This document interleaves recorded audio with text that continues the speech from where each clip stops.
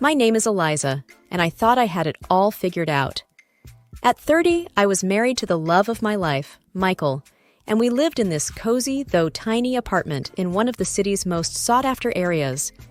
This place, with its quaint charm and memories, was a gift from my late grandmother. Michael and I were like two peas in a pod. He worked in finance, always dressed in those sharp suits that made him look so handsome. I worked in marketing, a job I loved for its creativity and pace. We were the perfect team, or so I thought. One lazy Sunday morning, as we were having breakfast, Michael brought up the topic of family, a conversation we had danced around for a while. "Eliza, I've been thinking," Michael began, his eyes serious, "about us, about starting a family." I felt a flutter in my heart. "Really? That's great. I've always dreamed of a big family," I replied, my voice filled with excitement. Michael smiled, but it didn't reach his eyes. "I want that too, but let's wait until we have a bigger place. This apartment is too small for a family." I nodded, though a part of me felt a bit disappointed. "You're right. It makes sense. We should sell this place first, right?" "Exactly," he said, reaching over to squeeze my hand. "Once we sell your grandmother's apartment, we can buy a house big enough for, say, 3 or 4 kids." I laughed. 4 kids? That's a mini army. The conversation shifted to lighter topics after that, but I couldn't shake off a feeling of unease.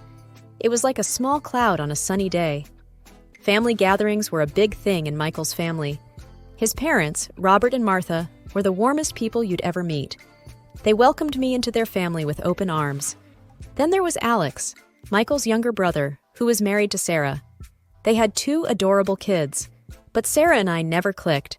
She was always a bit cold and distant, and sometimes downright rude.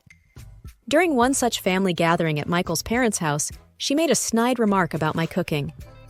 "Eliza, maybe you should stick to marketing and leave the cooking to us homemakers," she said, a fake smile plastered on her face.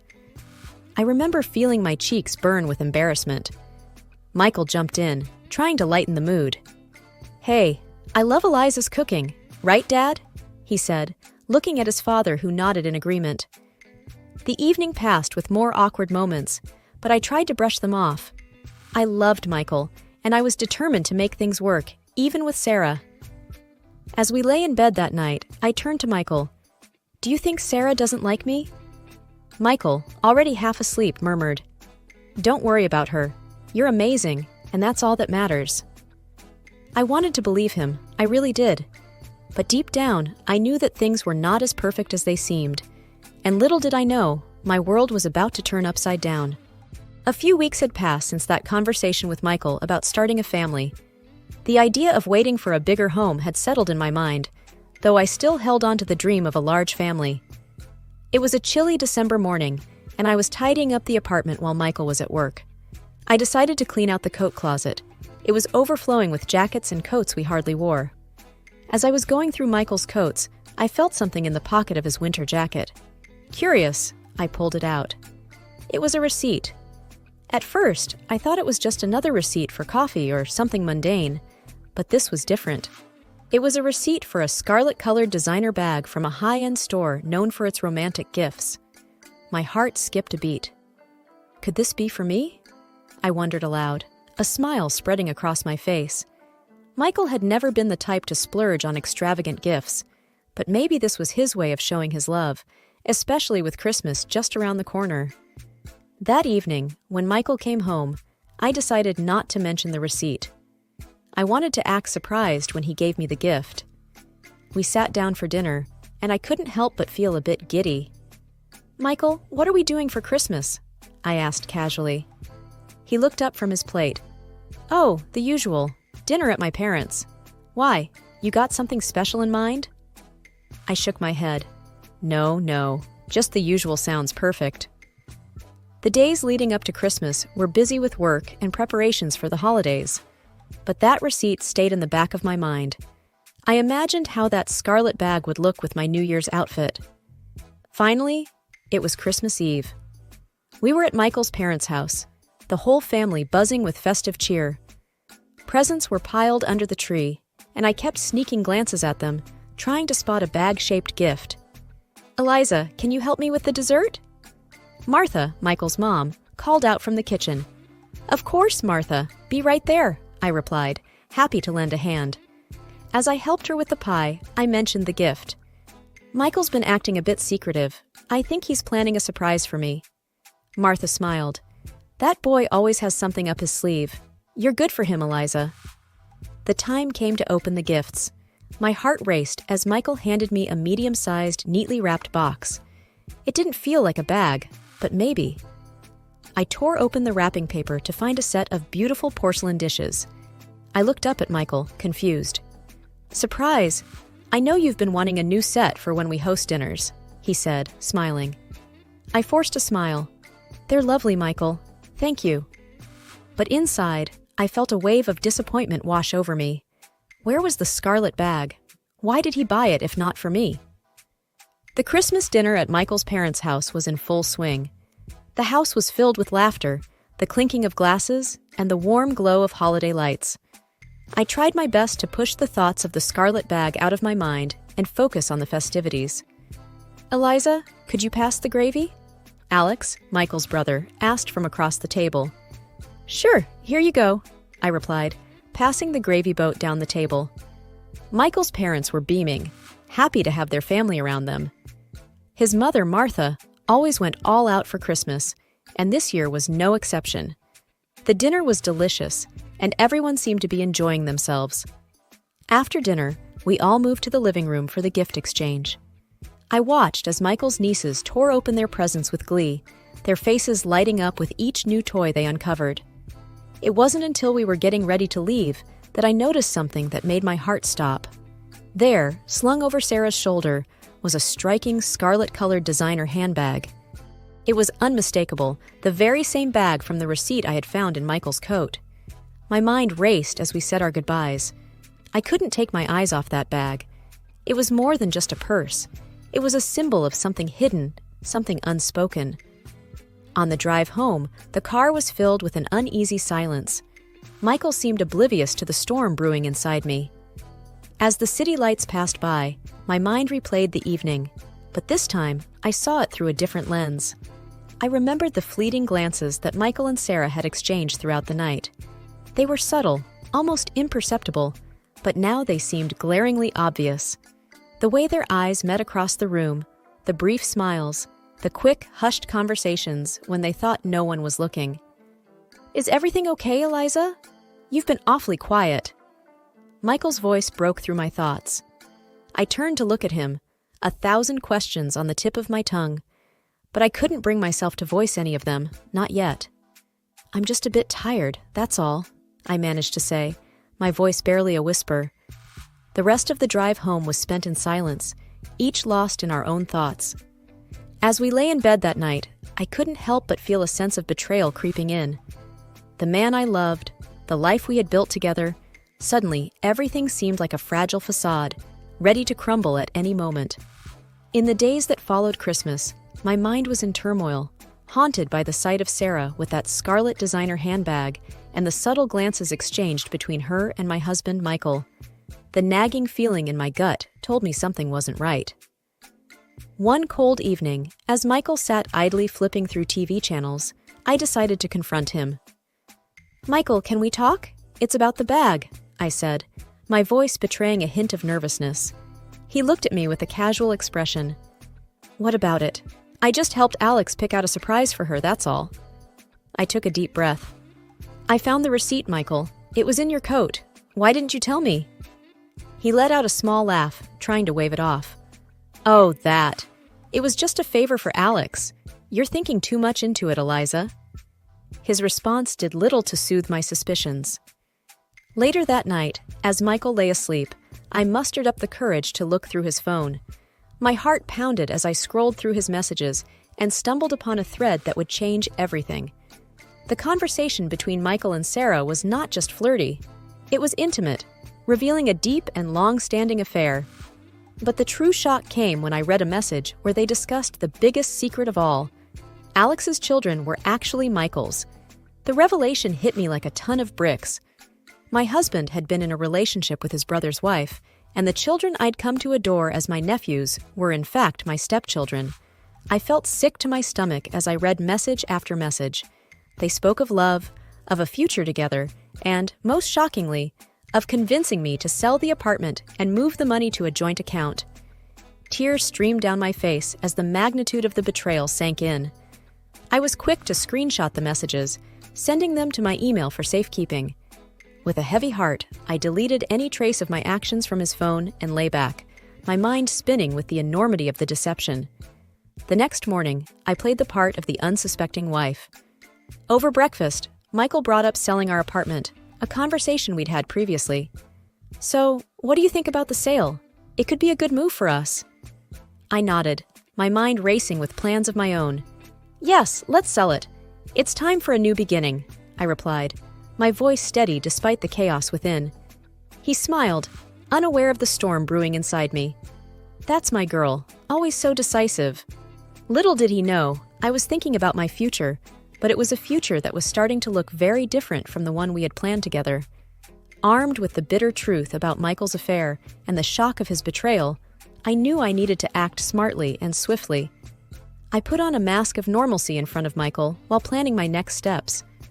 A few days later, I made an appointment with a lawyer, Mrs. Jenkins, a recommendation from a close friend. Sitting in her office, I felt a mix of nervousness and determination. "Mrs. Jenkins, I have proof of my husband's infidelity, and it's not just any affair. He's been involved with his brother's wife, and their children are actually his," I explained, my voice trembling slightly. Mrs. Jenkins listened intently, her expression serious. "I'm sorry you're going through this, Eliza. Let's go over the evidence you have. We need to plan your next steps carefully." I showed her the screenshots of the messages between Michael and Sarah. She took notes, nodding her head thoughtfully. "This is quite damning evidence. We can use this in your favor, especially in terms of the financial settlement," Mrs. Jenkins said. "However, I advise discretion until we have everything in place. Are you prepared to go through with a divorce?" "Yes, I am. I can't be with someone who's betrayed me like this," I replied, a sense of resolve building within me. Mrs. Jenkins outlined a plan. First, we'd secure my financial assets, especially the money from the apartment sale. Then, we'd proceed with filing for divorce, using the evidence to negotiate a favorable settlement. As I left her office, I felt a weight lift off my shoulders. There was a long road ahead, but I was ready to take it. Back at home, I continued to act as if everything was normal. Michael, oblivious to my discovery and the impending storm, was focused on the apartment sale. "So, I talked to a real estate agent today. He said we could get a good price for the apartment," Michael said one evening over dinner. "That's great news," I replied, keeping my emotions in check. "Do you think it's a good time to put it on the market?" "Absolutely. The sooner we sell, the sooner we can start looking for a new place," he said, unaware of the irony in his words. As the days passed, I worked closely with Mrs. Jenkins, preparing all the necessary documents and securing my financial position. Every conversation with Michael, every smile, was a performance. But it was a performance I needed to maintain a little longer until everything was ready. The day we listed the apartment for sale, Michael was ecstatic. "This is it, Eliza, our new beginning." Little did he know, it was indeed the beginning of something new, but not the future he envisioned. My heart ached with the pain of betrayal, but I was determined to come out of this stronger. The plot I was weaving wasn't just for retribution, it was for my independence and a fresh start. As the new year approached, the plans I had been carefully laying with Mrs. Jenkins were coming together. My facade of normalcy with Michael remained intact, even as my heart grew heavier each day. The final act of my plan was set to unfold during the New Year's Eve party at Michael's parents' house. It was there that I would reveal everything. The evening of the party arrived, and the house was buzzing with the usual festive cheer. Michael's parents had outdone themselves with decorations, and the air was filled with laughter and the clinking of glasses. I mingled with the family, all the while feeling like I was in the eye of a storm. Michael was in high spirits, completely unaware of what was about to happen. "Eliza, you seem a bit quiet tonight. Everything okay?" Michael asked as we found a moment alone in the kitchen. Just thinking about the new year and all the changes it'll bring, I said, my voice steady. He smiled and wrapped his arm around me. It's going to be our best year yet. If only he knew. As midnight approached, everyone gathered around with glasses in hand, ready to count down to the new year. I took a deep breath, knowing that my moment was near. As the clock struck 12 and everyone cheered, I turned to Michael. Before we celebrate too much, I have a special gift for you, I said, my voice loud enough for everyone to hear. I handed him a small, neatly wrapped box. The room quieted as all eyes turned to us. Michael, looking surprised, unwrapped the box. Inside were the divorce papers and a printout of the messages I had found on his phone. His face drained of color as he realized what they were. "What is this, Eliza?" he stammered, his voice barely a whisper. "It's over, Michael. I know about you and Sarah. I know about everything," I said, my voice clear and strong. The room erupted into chaos.